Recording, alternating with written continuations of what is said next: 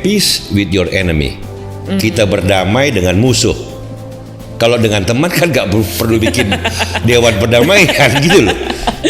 Tapi justru karena kita ingin menyelesaikan konflik bersenjata dan ada pihak yang bertikai, dan di situ kan ada Israel, ya kita berdamai, pujian besar, bukan tamparan.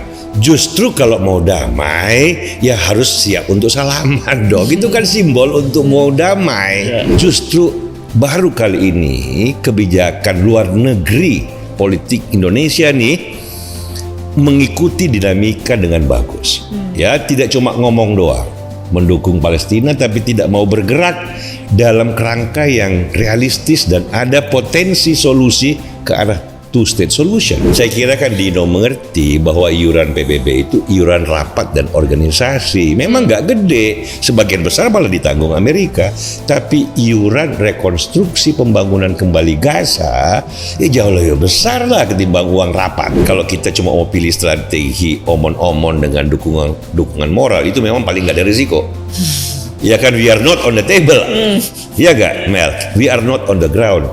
Sekarang kita sejarah memberikan kesempatan. Tujuannya kalau two-state solution adalah mulai dari kerangka perdamaian yang realistik.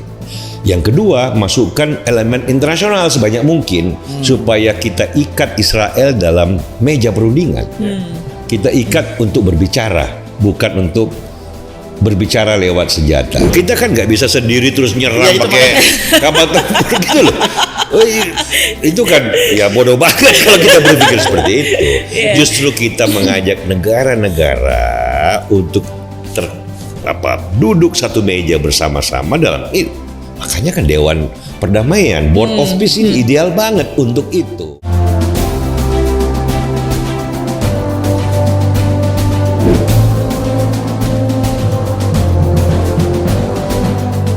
Setelah mendatangani Board of Peace di Davos pada 19 Februari mendatang, Indonesia akan menghadiri pertemuan perdana forum itu di 19 Februari hari Kamis ya. Hari Kamis di Washington DC. Nah, ini juga diambil ketika Gaza masih diserang dan juga Israel. Ya, skirmishes ya. Kemudian ada baru gabung BOP ya. Board of Peace. Lagi rame sekarang. Peace-nya tuh PEACE bukan PICS. Jadi Israel akan ikut juga dalam pertemuan perdana forum itu. Forum pertama ya akan sekaligus katanya mau fundraising juga. Kan karena rekonstruksi di Gaza itu kan membutuhkan kurang lebih, menurut Jared Kushner, 25 sampai 30 miliar dolar, kira-kira 500 triliun ya. Kan ada iuran tuh yang 17 triliun, yang 1 miliar dolar. Tapi kita bahas. Tapi kan pertanyaan pertama yang tadi, Israel masuk Board of Peace. Sekarang anggotanya kan dari 20 menjadi 27 kalau nggak salah hari ini. Tambah Israel. Dan itu muncul pertanyaan kemudian, Israel itu kan part of the problem. Kenapa dijadikan sebagai bagian dari hal yang dianggap part of the solution? Nah gitu. Jadi itu pertanyaan. Dan kedua, soal Israel itu kan selama ini menegaskan menolak two-state solution.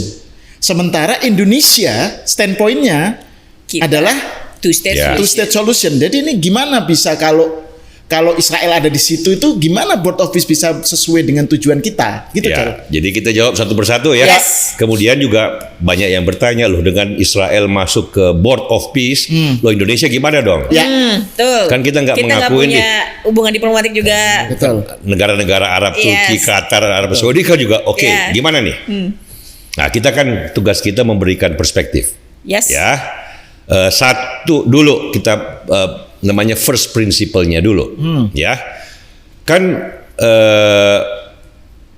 dalam dunia diplomasi, ya, perdamaian, satu first principle, you make peace with your enemy. Kita berdamai dengan musuh. Kalau dengan teman kan nggak perlu bikin dewan perdamaian gitu loh. Tapi justru karena kita ingin menyelesaikan konflik bersenjata dan ada pihak yang bertikai, dan di situ kan ada Israel, ya kita berdamai dalam pengertian the enemy now belongs to the same organization, di mana kurensinya adalah diskusi, diplomasi kan, talking. You are on the table, bukan on the menu. Gitu kira-kira ya. Diplomasi as opposed to perang. Ya kalau nggak begitu kan, kalau nggak mau ngomong, nggak ada board of peace, ya perang aja terus. Ya kan, masalahnya konflik udah panjang banget nih. Dan udah 100 tahun perang. 100 tahun. Dan kita kan kita mencintai kemanusiaan. First of all gitu kan. Kan kita lihat destruksi Gaza. Hamas kan tidak bisa juga menang melawan Israel kalau konfliknya keras dan bersenjata. Kan itu justru ini yang ingin diselesaikan. Oke, stop dulu gencatan senjata, sudah terlalu jauh destruksi di Gaza. Kita belum bicara West Bank ya, itu nanti two state solution nanti ya. Tetapi kan prinsip moral pertama yang harus kita lakukan sekarang adalah stop konflik terbuka bersenjata berdarah dengan korban sudah puluhan ribu, mostly dari saudara-saudara kita di Gaza. Sehingga dengan adanya BOP, Board of Peace ini kan ada 27 negara sekarang termasuk Israel yang sama-sama di situ duduk untuk berbicara bagaimana setelah gencatan senjata ya mencapai tujuan perdamaian yang langgeng, dan sebelum itu membangun kembali Gaza dong. Kalau Anda lihat gambarnya kan hancur. Kemarin sempat banyak sekali yang kelaparan. Sekarang kan sudah dengan payung perdamaian baru ini kan sudah masuk bantuan segala macam. Belum sempurna. Konflik 100 tahun kan nggak bisa selesai dalam 2-3 minggu. Tetapi dasarnya adalah di Board of Peace ya, sebuah inisiatif baru yang harus kita akuin, selain peran dari Turki, dari Qatar, dari Arab Saudi, peran Mesir, Amerika Serikat kan penting banget. Donald Trump yang memungkinkan ini terjadi, makanya inisiatornya kemudian dari resolusi Dewan Keamanan kan memberikan mandat kepada Donald Trump. Ya, tidak ada yang sempurna, apalagi setelah begitu dalam konfliknya, tetapi langkah awalnya bagus banget. Nah, karena itu kepada teman-teman yang masih menganggap bahwa masuknya Israel di Board of Peace mungkin nanti di Washington nih tanggal 19. Ya kan, karena Israel kan Indonesia bisa dampingan dalam round table, dalam perundingan mungkin posisi Pak Prabowo mungkin kita nggak tahu kan ngaturnya, mungkin posisi Pak Prabowo dengan Pak Netanyahu bersebelahan, dan setelah itu harus salaman. Itu dia. Ramai itu. Dari ada yang bilang tanggal 19 nanti kita lihat momentum Prabowo salaman dengan Netanyahu. Itu kan kayak menurut narasi itu adalah tamparan buat Indonesia. Loh, kalau menurut saya pujian besar, bukan tamparan. Justru kalau mau damai ya harus siap untuk salaman dong. Itu kan simbol untuk mau damai. Lah apa kita mau biarkan perang terus di lapangan? Sudah 100 tahun gonta-ganti perangnya. Justru baru kali ini kebijakan luar negeri politik Indonesia nih mengikuti dinamika dengan bagus. Ya, tidak cuma ngomong doang mendukung Palestina, tapi tidak mau bergerak dalam kerangka yang realistis dan ada potensi solusi ke arah two-state solution. Kan two-state solution itu pengakuan kedaulatan Palestina sebagai sebuah entitas yang mandiri, itu kan tujuan akhir, bukan awal. Dia nggak bisa dicapai sekarang tanpa proses perdamaian. Mungkin agak panjang, nggak setahun 2 tahun, konfliknya sudah. Churchill sudah mimpin Cairo Conference setelah Perang Dunia Pertama kok membicarakan precisely the same thing dalam konteks zaman itu. Ini kan keruntuhan dari Ottoman Empire gitu loh. Nah, karena itu kita justru harus berkata kepada Pak Prabowo, Godspeed sir, karena ini tugas yang maha mulia. Kan kita sudah ngomong nih puluhan tahun pro Palestina, diberikan pada kesempatan konkret untuk melangkah selangkah lebih maju, ya biasalah kan. Pajak bilang aduh kok begini kok begitu. Justru kita bilang this is the moment. Tunjukkan bahwa politik luar negeri bebas aktif itu memang ada isinya. Masa kalau kita bayar iuran pembangunan Gaza 17 triliun banyak yang AO membangun kembali Gaza kan butuh 500 triliun. Nah, itu juga pertanyaan itu. Banyak itu yang Jadi misalnya mempertanyakan soal itu. Ada Dino Patijalal. Iya, jadi kata Dino Patijalal itu, jadi iuran yang diberikan Indonesia kepada PBB itu masih kalah. Dari PBB berdiri sampai sekarang masih kalah dibanding saya kira iuran 17 triliun saya kira kan ke BOP. Saya kira kan Dino mengerti bahwa iuran PBB itu iuran rapat dan organisasi. Memang nggak gede, sebagian besar malah ditanggung Amerika. Tapi iuran rekonstruksi pembangunan kembali Gaza ya jauh lebih besar lah ketimbang uang rapat. Itu kan uang rapat tuh. Kalau pada dasarnya ya. Tapi kalau rekonstruksi Palestina ini memang lihat nggak bangunannya hancur kayak gitu. Lantak sudah. Dan pastilah nggak 1-2 tahun membangun rekonstruksi dulu. Nah itu kewajiban moral pertama. Nah jadi kepada saudara-saudara kita yang masih ya kita juga harus akuin langkah Pak Prabowo kemarin mengumpulkan para pemimpin Islam di istana menjelaskan dinamika Board of Peace. There was no really a choice selain mengikuti dinamika ini. Itu betul. Ya, ngundang Pak Dino bekas-bekas Menlu, ya kan, diplomat senior, CSIS. Dan Pak Dino bilang kan itu realistik Ya, setelah choice. Sebelum bertemu presiden kan ngeritik tajam, setelah bertemu kan mengakui bahwa itu memang realistik. Pilihannya apa? Ya kan dalam politik kan bukan pilihan ideal sama non ideal, tetapi yang kurang second best choice, ya kan? Ya jelas ini proses, you are on the table, ikut kan ya namanya 27 negara, mungkin 47 negara, ada 10 yang simpati pada Israel, kita menggalang 20 yang lain yang kira-kira agak konstruktif terhadap masalah Gaza dan Palestina. Nah itu kan diplomasi, itu kan politik dalam tataran geopolitik besar, di mana satu tujuan konkret.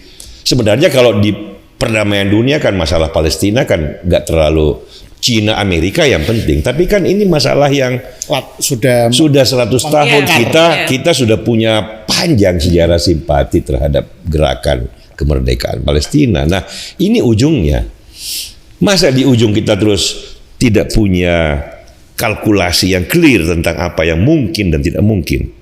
Itu penting loh, what is possible and what is impossible. Ini possible banget tadi, two-state solution, rekonstruksi Gaza. Lah kalau nggak pakai Board of Peace ya pakai apa?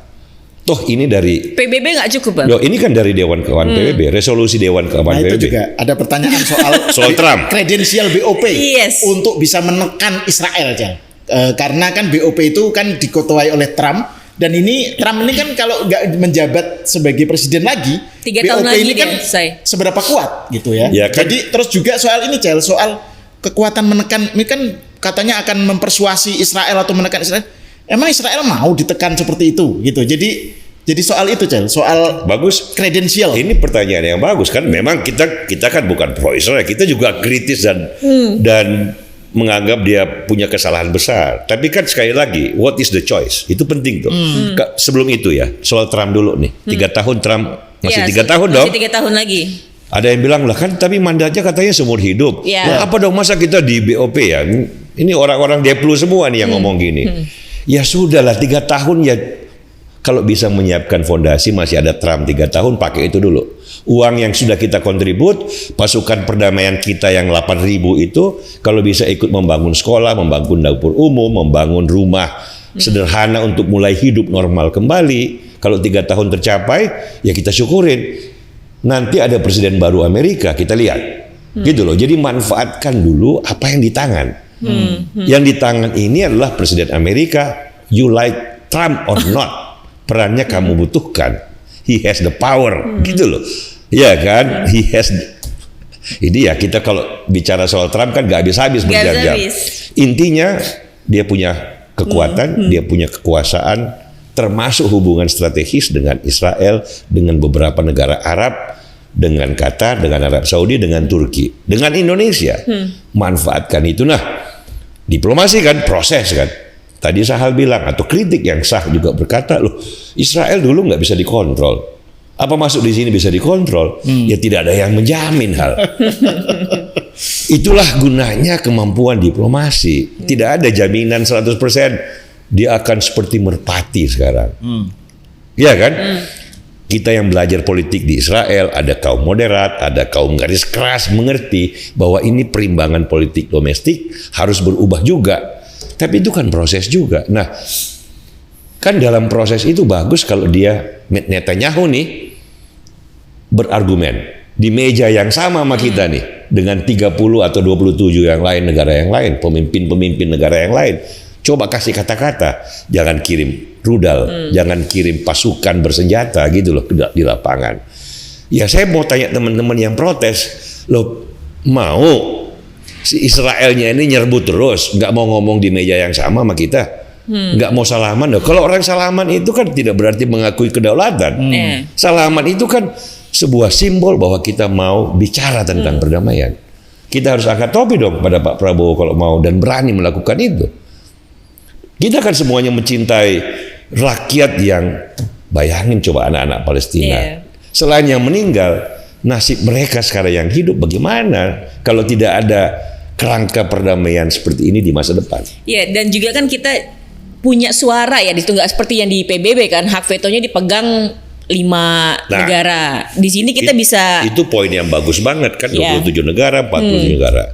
Memang Trump itu sebagai chairman of the board punya hak veto. Tapi hal bedanya dengan Dewan Keamanan PBB. Dewan Keamanan kan ada 5 negara pemenang hak veto. Amerika, China, Rusia, Prancis. Inggris, Prancis pemenang perang dunia kedua. China tidak menang perang, tapi Amerika Presiden Roosevelt narik China untuk menjadi pemegang hak veto karena skalanya besar, dan Roosevelt Amerika saat itu sangat amat mencintai dan membantu China. Jangan lupa China waktu itu kan masih miskin banget. Nah, pemegang hak veto, dan setelah hak veto nggak bisa diapa-apain. Ikut aja kita juga nggak punya hak veto, India nggak punya, Arab Saudi nggak punya, Turki nggak punya. Nah, di BOP kita memang nggak punya. Negara lain juga nggak punya, tapi ada rule 2/3. Bisa override. Kalau negara-negara ini bilang, oh kita ke kiri dong, pemegang hak veto bilang ke kanan, kita override. Gitu loh. Artinya kemungkinan diplomasi, bicara, membujuk aliansi negara-negara Pakistan, Turki, Qatar, kan bisa. Kalau Dewan Keamanan begitu Rusia bilang no, selesai. Nggak bisa lagi ngomong. Pemegang hak veto nggak ada two-thirds rule-nya. Ini ada. Jadi ya saya nggak ngerti bahwa kalau memang sekarang lagi satu, kita diberi kehormatan pasukan perdamaian. Kan kita sudah baca. Pertanyaan 8.000. Persoalan yang ramai dibicarakan itu. Buat saya ini kehormatan besar hal. Iya, karena kan jadi beritanya itu muncul pertama dari media asing gitu ya. Terus ramai kan, lo kok media di Indonesia nggak ada yang beritakan gitu. Seakan-akan itu kayak sembunyi-sembunyi gitu, Cel. Terus kemudian yang ramai kan, lo Indonesia ini kita ini bayar pajak, tapi kok malah dipakai untuk ngirim tentara yang nanti bisa berhadapan-hadapan dengan Hamas, dengan ini kan kayak gitu loh. Tentara jadi, bukan tentara perang hal, ini tentara perdamaian. Soalnya narasinya, Cel, itu kan salah satunya itu adalah melucuti senjata yang kita kirim itu mostly pasukan seni, pasukan rekonstruksi itu loh, pembangunan, perdamaian dan pembangunan. Nah, intinya begini hal menurut saya ya, Mel. Ini kan pertama perintah konstitusi. Tidak banyak negara di mana preambul konstitusi itu perintahnya adalah foreign policy bebas aktif. Ikut serta menjaga perdamaian dunia. Jadi kalau kita spend 17 triliun misalnya untuk iuran untuk perdamaian itu kan kecil. Karena kan anggaran negara kita kan, anggaran pemerintah 3.000-an triliun. Iya kan? Ini kan perintah konstitusi membuat rakyat sejahtera, pendidikan ini. Ya ini kan sama. Apalagi kita punya sentimen panjang, sejarah panjang membela Palestina. Nah, saatnya sekarang ini bukan cuma omong doang. Kan ini kalau kita cuma mau pilih strategi omon-omon dengan dukungan moral, itu memang paling nggak ada risiko. Ya kan, we are not on the table. Iya gak, Mel? We are not on the ground. Sekarang kita sejarah memberikan kesempatan. Karena kalau Turki dan Qatar kan punya sejarah dengan Hamas. Ya, sehingga barangkali resistensi dari Israel terlalu tajam untuk saat ini. Mungkin nanti. Betul ya? Sehingga pilihan yang paling moderat yang barangkali bisa diterima oleh hampir semua pihak. Sekarang kan ada sebagian dari garis keras Israel yang bahkan pasukan perdamaian Indonesia pun belum welcome banget. Ya, tetapi itu kan masalah diplomasi dulu, diselesaikan dulu di Board of Peace. Oke, kalau itu selesai kan bagus sekali. Kita bawa bendera merah putih di daerah yang memang sudah tahunan, ratusan tahun konflik, di mana memang simpati kita sejak awal kemerdekaan kita tetapkan di sana. Itu bagi saya itu sebuah aspek yang konkret dari kebijakan luar negeri bebas aktif yang tepat dan baik. Kira-kira gitu hal untuk sementara. Kan tidak ada, apalagi foreign policy, tidak ada langkah yang sekali jadi. Ya, kebijakan domestik aja yang sepenuhnya di bawah kendali kita kan butuh waktu, butuh kekuatan yang pas untuk mendukungnya. Apalagi kebijakan luar negeri di daerah konflik yang memang panjang cerita. Jadi there is no easy choice, tetapi ada cahaya di ujung terowongan yang panjang gitu loh. Tapi kan soal keterlibatan Israel ini ini juga menjadi isu rame karena bagi sejumlah kalangan, BOP itu belum menampung suara Palestina. Nah, itu salah satu yang kenapa misalnya Spanyol dan sejumlah negara tidak mau ikut karena Palestina tidak ada di situ. Kan Palestina belum ada negaranya kan. Dan banyak sekarang betul. Ada Israel gitu loh. Ini kan jadinya nggak imbang. Israel gitu. Kan anggota PBB juga. Kemarin kita di PBB susah. Ini iya. Jangan minta terlalu banyak dari dunia yang begitu kompleks. Satu-satu mintanya, satu-satu. Bertahap. Ujungnya two-state solution. Bertahap. Nah, kalau Eropa, jangankan itu, sekarang juga negara Eropa lain masih juga baper masih baper. Tapi bukan soal Palestina, bapernya soal Greenland. Jadi Prancis yang semula di Mesir kan ikut, Inggris ikut, segala macam lah negara Eropa yang besar. Sekarang nggak ikut, bukan apa-apa hal, masih baper soal Greenland. Ya kan, baca Macron nggak wawancara aja soal kecurigaan pada Amerika yang berubah. Jadi ya doa kita kepada saudara-saudara kita pemimpin Eropa adalah jangan terlalu panjang bapernya, cepat ikut serta dalam BOP, gitu ya, supaya ikut on the table membicarakan konkret bagaimana perdamaian Palestina Israel. Itu yang pertama. Yang kedua tadi kan ya, memang sekarang ini kan Israel kan kemarin waktu Pak Prabowo pidato kan di PBB anggota yang terhormat ya, Netanyahu juga pidato karena dia bagian dari perserikatan bangsa-bangsa. Justru kita pengen di masa depan Palestina juga menjadi anggota yang sah karena sudah diakui sebagai negara. Dan Pak Prabowo pertama kali kebijakan luar negeri kita ada perkembangan waktu pidato di PBB itu kan bahwa kalau Israel mengakui Palestina maka Indonesia siap mengakui Israel. Itu transformasi kebijakan politik luar negeri di zaman ini, dan kita harus katakan bahwa itu bagus, mengikuti perkembangan zaman, memberi insentif bagi perdamaian yang lebih besar, bukan menjadi kaum sinik, bukan menjadi kaum pesimis, tetapi kaum pokoknya. Bukan menjadi kaum pokoknya. Grup nyinyir. Iya kan, dia pikir dunia ini semuanya sekali jadi. Gitu loh, nggak bisa sekali jadi.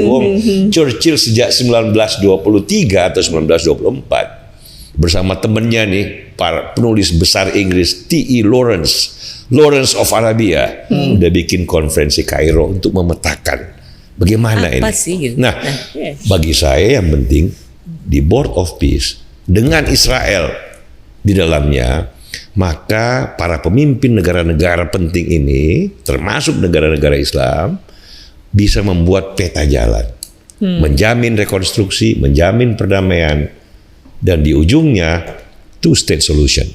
Nah, kira-kira itu harapan Nusantara, itu harapan podcast Freedom Institute.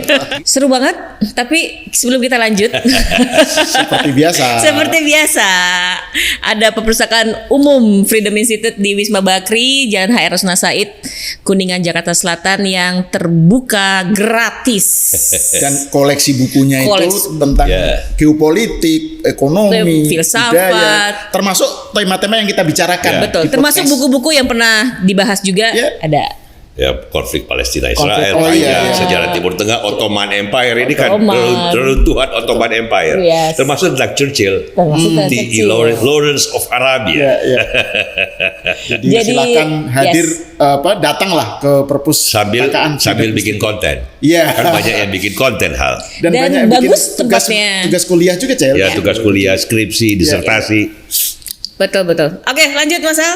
Ya, Cel, saya tertarik tadi dengan poin adagium ya. You make peace with your enemies. Kita berdamai dengan musuh kita. Ya, kalau dengan teman kita kan nggak perlu bikin board of peace. Itu kan prinsip yang saya kira perlu untuk dielaborasi lagi terkait dengan tadi itu. Kok Israel yang merupakan part of the problem masuk di dalam BOP yang dianggap sebagai part of the solution gitu. Ya, dan betul. Palestina tidak ada di situ. Palestina tidak ada gitu. Ya, kita kan justru tujuannya supaya ada kan Palestinanya kan menjadi negara yang diakuin.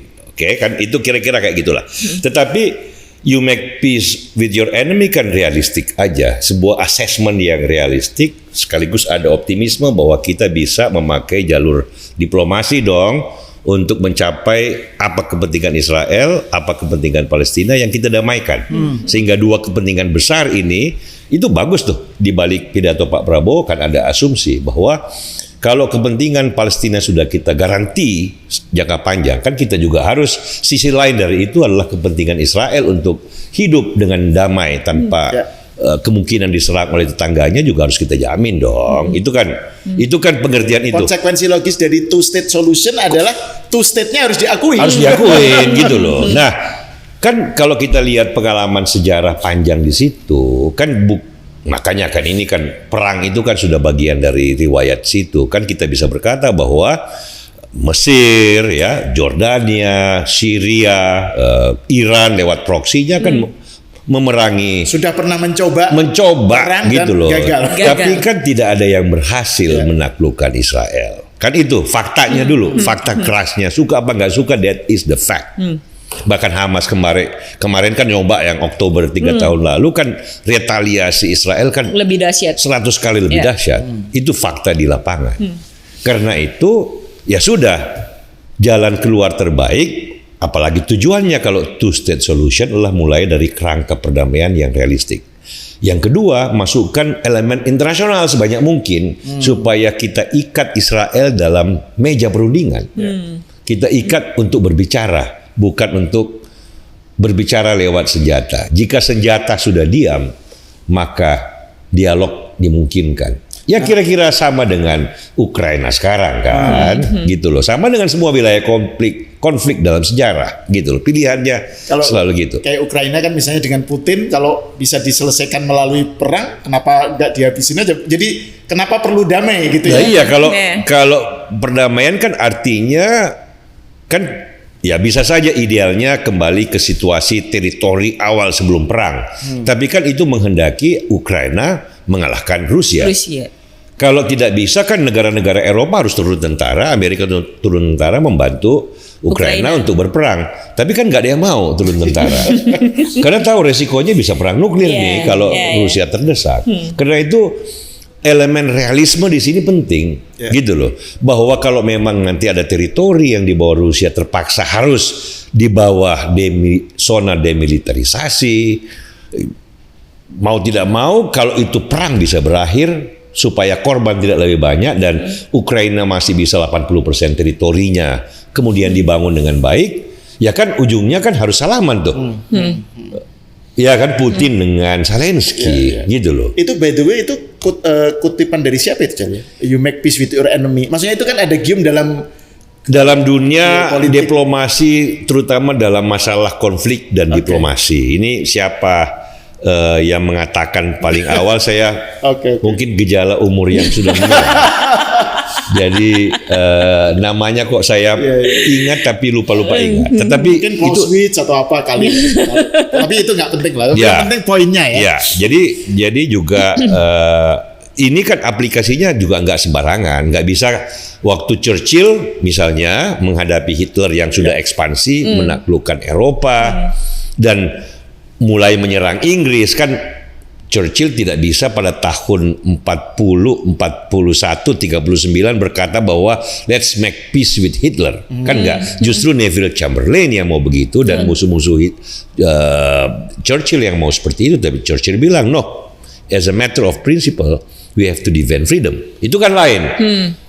Itu kan situasinya jangan itu dipakai untuk mengatakan bahwa harus perang sampai titik darah terakhir di Gaza, kan bukan itu gitu loh cara tadi melihatnya. Juga poin menarik tuh yang Celi bilang bahwa perang itu kan opsi yang sudah selama ini ditempuh dan gagal gitu ya. Gak Jadi ini kenapa nggak coba yang ini gitu ya. Nah juga elemen internasional itu menarik karena kan selama ini ada juga sinisme terhadap Indonesia itu bisa apa di situ gitu. Kamu kalian itu mencoba untuk menggertak atau mempressure Netanyahu, kalian bisa apa? Loh, kita kan nggak bisa sendiri terus nyerang pakai kapal tempur gitu loh. Itu kan ya bodoh banget kalau kita berpikir seperti itu. Justru kita mengajak negara-negara untuk duduk satu meja bersama-sama dalam itu. Makanya kan Dewan Perdamaian, Board of Peace ini ideal banget untuk itu, gitu loh. Toh sudah puluhan tahun kita perjuangan dunia diplomasi, tapi nggak kemana-mana juga, gitu. Nah ini kan inisiatif baru, ini kan mau duduk satu meja nih, mau salaman, mau ngobrol. Bagaimana sih kita bangun wilayah-wilayah yang penuh dengan konflik, dendam dan kepedihan ini, gitu. Nah. Ya kalau tidak mengerti juga saya agak bingung kira-kira maunya apa gitu kan. Kita harus mengerti bahwa Indonesia negara besar, tapi kan ya GDP kita namanya power ya dalam geopolitik kan ekonomi, teknologi, kemampuan militer.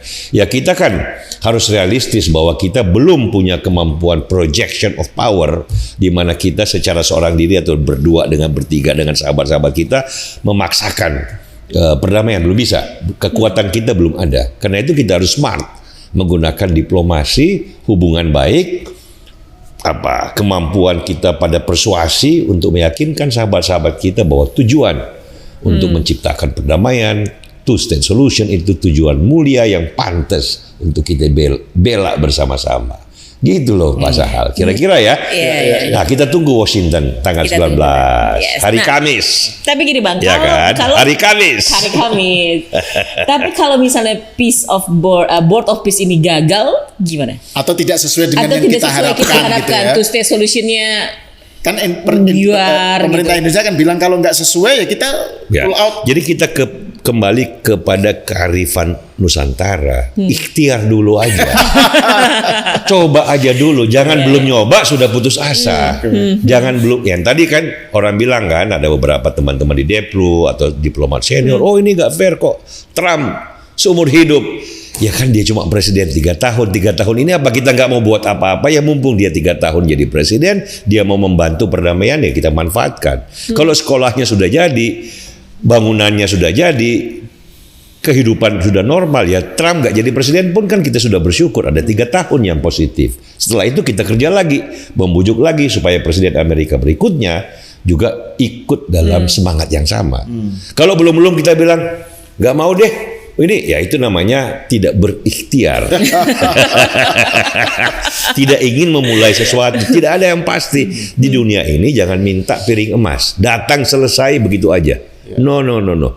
Perjuangan itu kata Bung Karno. Wah, Indonesia merdeka. Jangan lo minta dari Belanda semua sudah jadi, jangan minta dari Jepang semua sudah jadi. Justru itu ada namanya perjuangan dan ikhtiar. Nah ini sama kira-kira hal. Ini optimis loh, tetapi optimisme yang realistik. Ya kita tahu bahwa ya masa begitu gampang sih, enggak. Tetapi justru ada forum untuk mulai berjuang lewat diplomasi, lewat persuasi, kan lebih bagus. We are at the table, not on the menu. Kita duduk di meja berunding, bukan menjadi daftar di menu. Gitu. Daftar negara-negara peserta, bukan daftar negara-negara yang menjadi korban. Nah itu penting tuh hal, kira-kira. Begitu Mel. Oke. Ada ya Mas Sahal masih pesimis-pesimis. Enggak, kita lanjutkan kan minggu depan hari Kamis kan pertemuan akbar di Washington DC. Nah, kita Freedom Podcast akan mengikuti dari dekat. Mudah-mudahan kita bisa membantu dengan cara kita, yaitu menjelaskan kepada publik Indonesia serba-serbi perspektif yang perlu dalam memandang masalah penting ini. Gitu kira-kira. Dengan itu kemudian Dr. Rizal Malarang yang dituduh agen CIA. Itu kan namanya cost of perjuangan. Ya kan? Setiap kali upaya yang baik, setiap kali ikhtiar yang baik, kadang-kadang disalah mengerti. Ya biasa itu.